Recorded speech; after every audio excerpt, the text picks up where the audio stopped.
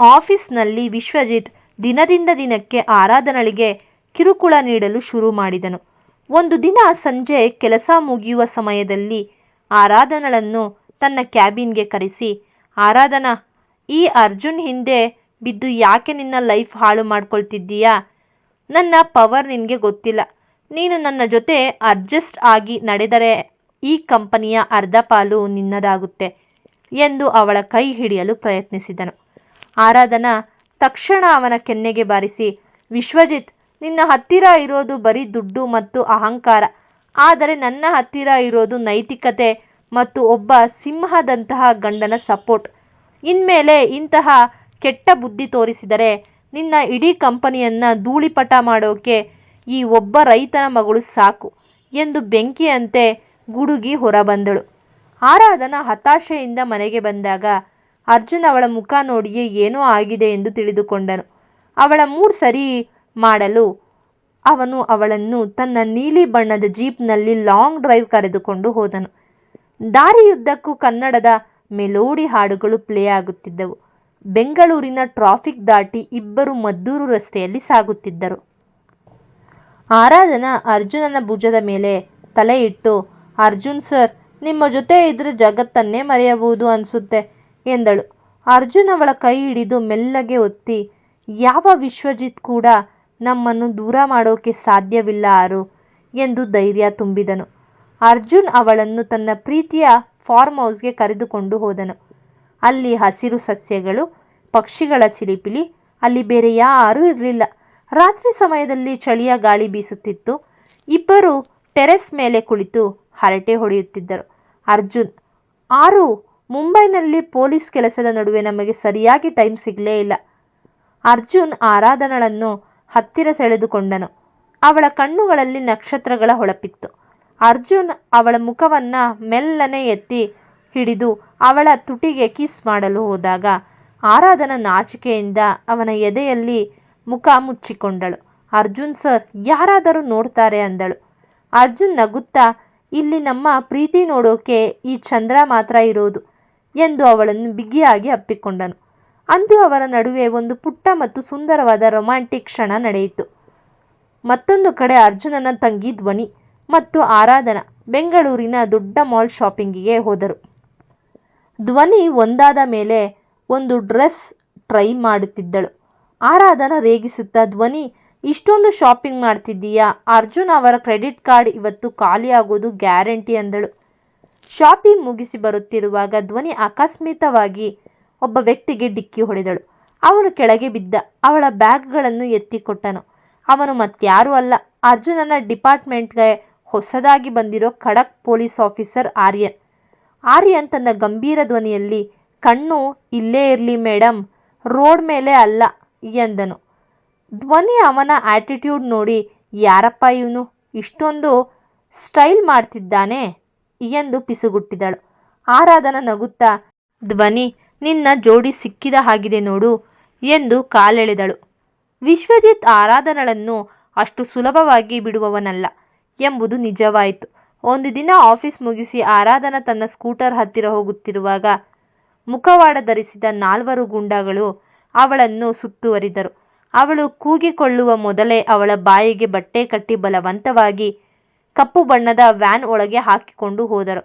ದೂರದಿಂದ ಇದನ್ನೆಲ್ಲ ನೋಡುತ್ತಿದ್ದ ಅರ್ಜುನನ ಹಳೆಯ ಇನ್ಫಾರ್ಮರ್ ಒಬ್ಬ ತಕ್ಷಣ ಅರ್ಜುನನಿಗೆ ಫೋನ್ ಮಾಡಿ ವಿಷಯ ತಿಳಿಸಿದನು.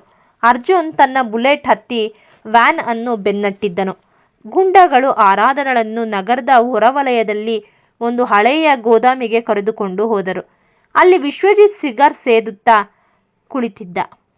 ನೋಡು ಆರಾಧನಾ, ನಿನ್ನ ಅಹಂಕಾರ ಈಗ ಎಲ್ಲಿದೆ? ಅರ್ಜುನ್ ಇಲ್ಲಿಗೆ ಬರುವಷ್ಟರಲ್ಲಿ ಅವನಿಗೆ ನೀನು ಜೀವಂತವಾಗಿ ಸಿಗಲ್ಲ. ನಿನ್ನ ಹತ್ತಿರ ಇರೋ ಆ ಅಕ್ರಮ ದಾಖಲೆಗಳ ಫೈಲ್ ಎಲ್ಲಿದೆ ಅಂತ ಹೇಳು ಎಂದು ಗದರಿಸಿದನು. ಆರಾಧನಾ ಕಿಂಚಿತ್ತೂ ಹೆದರದೆ, ವಿಶ್ವಜಿತ್ ನನ್ನ ಗಂಡ ಬರೋದು ನಿನ್ನನ್ನು ಉಳಿಸೋಕೆ ಅಲ್ಲ, ನಿನ್ನ ಪಾಪದ ಕೊಡ ತುಂಬಿದೆ ಅಂತ ಸಾರೋಕೆ. ಆ ಫೈಲ್ ಈಗಾಗಲೇ ಸರಿಯಾದ ಜಾಗಕ್ಕೆ ತಲುಪಿದೆ ಎಂದು ನಕ್ಕಳು. ಇದರಿಂದ ಕುಪಿತನಾದ ವಿಶ್ವಜಿತ್ ಅವಳ ಮೇಲೆ ಕೈ ಎತ್ತಲು ಬಂದಾಗ ಗೋದಾಮಿನ ಬಾಗಿಲು ಶಬ್ದ ಮಾಡುತ್ತಾ ಹಾರಿ ಬಿದ್ದಿತ್ತು. ಅರ್ಜುನ್ ತನ್ನ ಸನ್ ಗ್ಲಾಸ್ ತೆಗೆದು ಕೆಳಗೆ ಎಸೆದು ಶರ್ಟ್ ಬಟನ್ ಬಿಚ್ಚುತ್ತಾ ಒಳಗೆ ಬಂದನು. ಅರ್ಜುನ್ ಬರಿಗೈಯಲ್ಲೇ 10 ಜನ ಗುಂಡಾಳುಗಳನ್ನು ಸದೆಬಡಿಯತೊಡಗಿದನು. ಇತ್ತ ಆರಾಧನಾ ಕೂಡ ಸುಮ್ಮನಿರಲಿಲ್ಲ. ಅವಳು ತನ್ನ ಕಾಲಿನ ಹತ್ತಿರವಿದ್ದ ಒಂದು ಕಬ್ಬಿಣದ ರಾಡ್ ಹಿಡಿದು ತನ್ನನ್ನು ಹಿಡಿದಿದ್ದ ಗುಂಡನ ತಲೆಗೆ ಬಾರಿಸಿ ಬಿಡಿಸಿಕೊಂಡಳು.